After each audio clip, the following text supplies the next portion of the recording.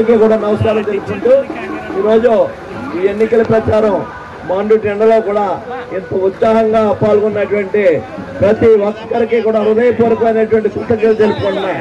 మరి మీకు అందరికీ తెలుసు, రేపు 13వ తేదీ జరిగేటువంటి ఎన్నికల్లో మీరందరూ కూడా వైఎస్ఆర్ పార్టీ గుర్తైనటువంటి ఫ్యాన్ గుర్తు మీద ఓట్లేసి మరి నన్ను తోట త్రిమూర్తిగా ఎమ్మెల్యేగా నేను రాపాక వరప్రసాద్ ఎంపీ మీరు 2 ఓట్లు కూడా ఫ్యాన్ గుర్తు మీద ఓట్లేసి మమ్మల్ని గెలిపించాలని చెప్పేసి కోరుకుంటూ, మరి మీ అందరికీ తెలుసమ్మా ఈ రాష్ట్రంలో జగన్మోహన్ రెడ్డి గారు వచ్చిన తర్వాత మరి అందరికీ కూడా కులం చూడకుండా మతం చూడకుండా పార్టీ చూడకుండా అక్కడ బటన్ నొక్కితే ఇక్కడ మన ఖాతాలో డబ్బులు పడేటువంటి విధానాన్ని ఏర్పాటు చేసినటువంటి వ్యక్తి జగన్మోహన్ రెడ్డి. ఈ గ్రామంలో ప్రతి కుటుంబానికి కూడా పార్టీలు అనేటువంటివి ఉండొచ్చు, కానీ ముఖ్యమంత్రిగా ఆయన బాధ్యత ఏంటంటే ప్రజలందరినీ సమానంగా చూడటం. దాంట్లో భాగంగానే ఈరోజు రైతు బంధు కార్యక్రమంలో బటన్ నొక్కితే మన కార్యక్రమం మనకు డబ్బులు పడుతున్నాయి. 45 సంవత్సరాలు 60 సంవత్సరాలు ఉన్నటువంటి మరి అగ్రవర్ణాల్లో ఉన్నటువంటి పేదలకి సంవత్సరానికి 15,000 రూపాయలు ఇస్తున్నారు. మరి పిల్లలు ఎవరైతే ఉన్నారో చదువుకునేటువంటి విద్యాదేవుని కింద 15,000 రూపాయలు ఇస్తున్నారు. రేపు రాబోయే రోజుల్లో 17,000 రూపాయలు ఇవ్వడానికి నిర్ణయించుకున్నారు. ఇలా ఆసరా డాక్రా సంఘాలకి మరి చేయూత కార్యక్రమం అనేక కార్యక్రమాల ద్వారా మనకి అనేక సహాయం చేసినటువంటి వ్యక్తి జగన్మోహన్ రెడ్డి. ఒక్క విషయాన్ని మీరు గుర్తుపెట్టుకోవాలి, గతంలో చంద్రబాబు నాయుడు ఇచ్చినటువంటి హామీలు ఏమన్నా అమలు జరిపాడో లేదా అనేటువంటిది కూడా ఒకసారి ఆలోచన చేయండి. అనేక హామీలు ఇచ్చినటువంటి చంద్రబాబు నాయుడు గారు ఒక్క హామీ కూడా అమలు జరపలేదు. డాక్టరా సంఘాలకు డబ్బులు ఇస్తారన్నారు, ఇవ్వలేదు. సంవత్సరానికి 12 సిలిండర్లు ఇస్తారన్నారు, ఇవ్వలేదు. ఆడపిల్ల పుడితే మహాలక్ష్మి పథకం కింద 30,000 వేస్తాన్నారు, ఎక్కడ వేయలేదు ఏ ఖాతాలోని. రైతు రుణమాఫీ చేస్తానన్నాడు, చేయలేదు. నిరుద్యోగ వృత్తి కింద 2,000 రూపాయలు ఇస్తానన్నాడు అప్పుడు, ఈవేళ మళ్ళీ 3,000 ప్రకటించాడు. ఆ 2,000 ఆ రోజు ఒక్కరోజు కూడా ఇవ్వలేదు, ఇవాళ మళ్ళీ 3,000 ప్రకటిస్తున్నాడు. ఇవన్నీ అధికారంలోకి రావడం కోసం అడ్డగోలుగా వాగ్దానాలు చేస్తున్నాడు. మీరు అందరూ ఒక్కసారి ఏనండి, ఇక్కడ జగన్మోహన్ రెడ్డి గారు 2019 హామీలు ఇస్తే ఈ రాష్ట్రం సరిపోదు, ఈ హామీలు తీర్చడానికి శ్రీలంక అయిపోద్ది మన రాష్ట్రం, అయితే పక్క రాష్ట్రం అన్నా సరే ఎప్పుడు తీర్చామని చెప్పారు. మరి ఈవేళ అటువంటి వ్యక్తి ఇన్ని రకాల హామీలు ఇస్తున్నాడంటే ఒకసారి మనం అందరం కూడా అర్థం చేసుకోవాల్సిందిగా మనం చేస్తున్నా. ఇక ఏదైనా సరే అతని ముందు కనపడేది చంద్రబాబు నాయుడు గారి ముందు కుర్చీ కనపడుతుంది అంతే, ఇంకేం కనపడుతుంది. ఏదో ఒకటి చెప్పి దాంట్లో కూర్చోవాలనేటువంటిదే ఆయన ఒక ఆలోచన. జగన్మోహన్ రెడ్డి గారు ఈ రోజుని బాధ్యతగా ఒక మాట చెప్తే దాన్ని అమలు జరపాలనేటువంటి ఉద్దేశంతో ఆచితూచి ఈ మేనిఫెస్టోలు ఇవ్వడం జరిగింది. ఈ మేనిఫెస్టోల్ని 100% అమలు జరిపేటువంటి వ్యక్తి మరి జగన్మోహన్ రెడ్డి గారు. ఈవేళ ఉమ్మడే అభ్యర్థులు అని చెప్పి వస్తున్నారు. బీజేపీ మరి జనసేన టీడీపీ ముగ్గురు కలిసి జగన్మోహన్ రెడ్డి మీద దాడి చేస్తున్నారమ్మా. మరి నేను చాలా బలమైన వాడిని, జగన్మోహన్ రెడ్డి మీద చాలా వ్యతిరేకత ఉంది, ప్రజలందరూ వ్యతిరేకంగా ఉన్నారని చెప్తున్నటువంటి చంద్రబాబు నాయుడు గారు మరి ఢిల్లీ వెళ్ళి బీజేపీ వాళ్ళు కాళ్ళు ఎందుకు పట్టుకోవాలి, ఇక్కడికి వచ్చి పవన్ కళ్యాణ్ గారు కాళ్ళు ఎందుకు పట్టుకోవాలి, ప్రజల్లో తేల్చుకోవాలి కదా అతనికి బలం ఉంటేని. జగన్మోహన్ రెడ్డి ధైర్యంగా నాకు పైన దేవుడు ఉన్నాడు కింద ప్రజలు ఉన్నారో నేను ఒక్కడే వస్తున్నానని చెప్పేసి గర్వంగా చెప్తున్నాడంటే అతనికి ఒక ధైర్యం, ఓ నమ్మకం, ప్రజలకు ఇచ్చినటువంటి మాట నిలబెట్టామనేటువంటి నమ్మకంతో చెప్తున్నటువంటి వ్యక్తి. ఒకసారి ఇవన్నీ కూడా మీరు అందరూ అర్థం చేసుకోవాలనేటువంటిది మనం చేస్తూ ఈరోజు ఇక్కడ స్థానికంగా శాసనసభ్యుడిగా జోగేశ్వరరావు గారు 3 సార్లు గెలిపించారమ్మా. ఒకసారి నాకు అవకాశం ఉండే ఒక ఎమ్మెల్యే అంటే ఎలా ఉంటాడు ఏం చేస్తాడు అనేటువంటి చేసి చూపెడతాను. నేను 4 సార్లు ఎమ్మెల్యే చేశాను. రామచంద్రపురంలో నేను 4 సార్లు ఎమ్మెల్యే చేశాను. మీకు బంధువులు స్నేహితులు ఉంటే ఇక్కడ ఏ కులం ఉన్నా ఆ కులం అక్కడ అడిగితే తోట త్రిమూర్తి ఏం చేస్తాడు ఏంటి అనేటువంటిది అక్కడ చెప్తాడు. ఒక్కళ్ళు కూడా నా మీద వ్యతిరేకంగా చెప్తే మీరు ఒకటే ఎక్కడుతున్నారు. ఇవన్నీ కూడా మీరు గమనించాలి. ఇక్కడ జోగేశ్వరరావు గారు ఎమ్మెల్యేగా ఎన్నికలప్పుడు వచ్చి ఒక 1000 రూపాయలు మీ ముఖాన్ని పాడేసి ఓటు వేయించుకోవటమే ఆయన ఉద్దేశం. ప్రజల యొక్క అభిమానంతో ఓటు వేయించుకోవాలనేది లేదు. ప్రజాప్రతినిధి అంటే మీకు ఎవరికన్నా కష్టం వస్తే మా ఎమ్మెల్యే ఉన్నాడు అనేటువంటి ఒక ధైర్యాన్ని నమ్మకాన్ని కలిగించాలి. ఎప్పుడన్నా ఆ విధమైనటువంటి నమ్మకాన్ని కల్పించాడు ఆయన. ఏదో మీకు అందరికీ తప్పదు కాబట్టి ఎన్టీ రామారావు పార్టీ కాబట్టి ఓట్లు వేస్తారమ్మా అందరూ. తప్పు నేను పట్టలేదు.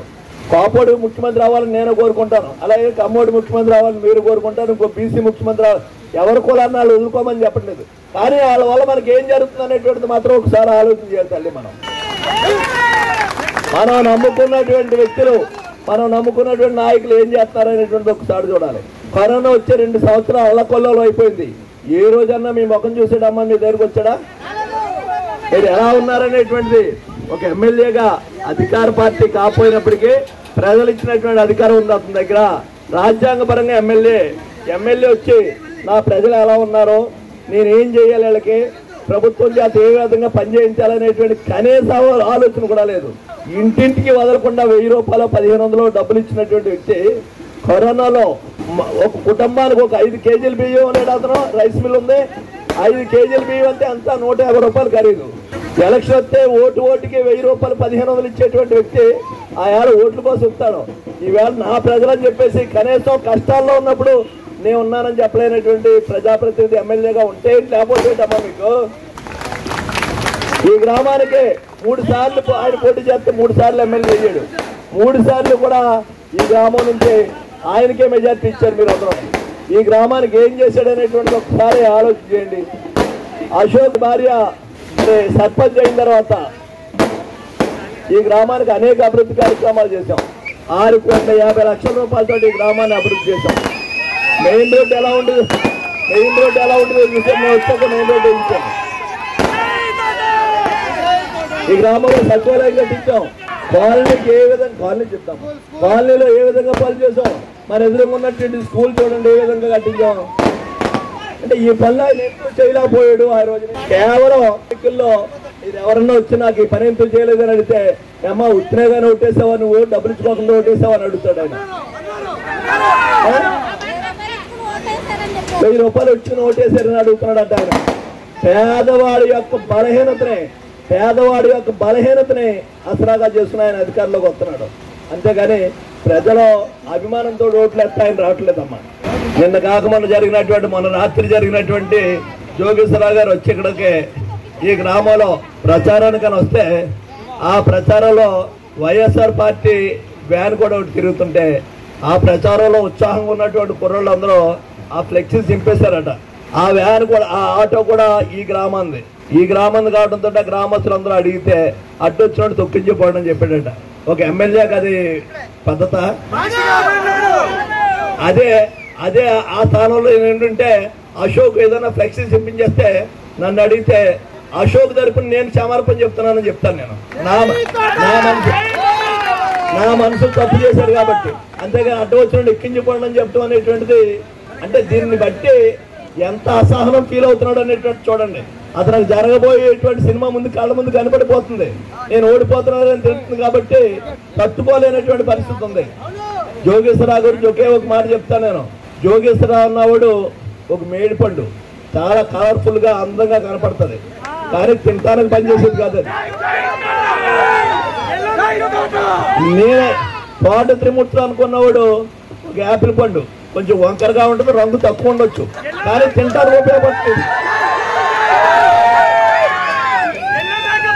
ఈ యాపిల్ అనేటువంటిది తినడానికి ఉపయోగపడుతుంది, పూజ దగ్గర కూడా పెట్టుకోవచ్చు.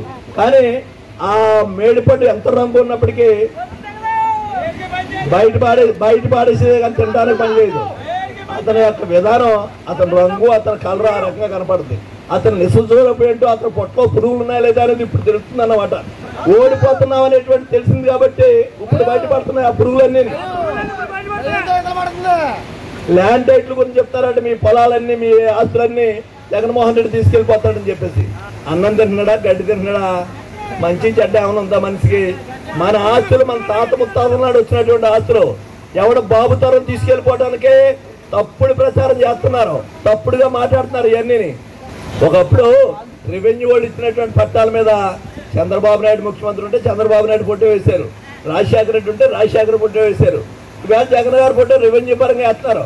మన దస్తావేజులన్నీ వాళ్ళు పట్టుకుపోతారో, ఈ ఆస్తులన్నీ అమ్మేస్తారో, దుష్ప్రచారం చేస్తారమ్మా. ఇవన్నీ నమ్మకండి.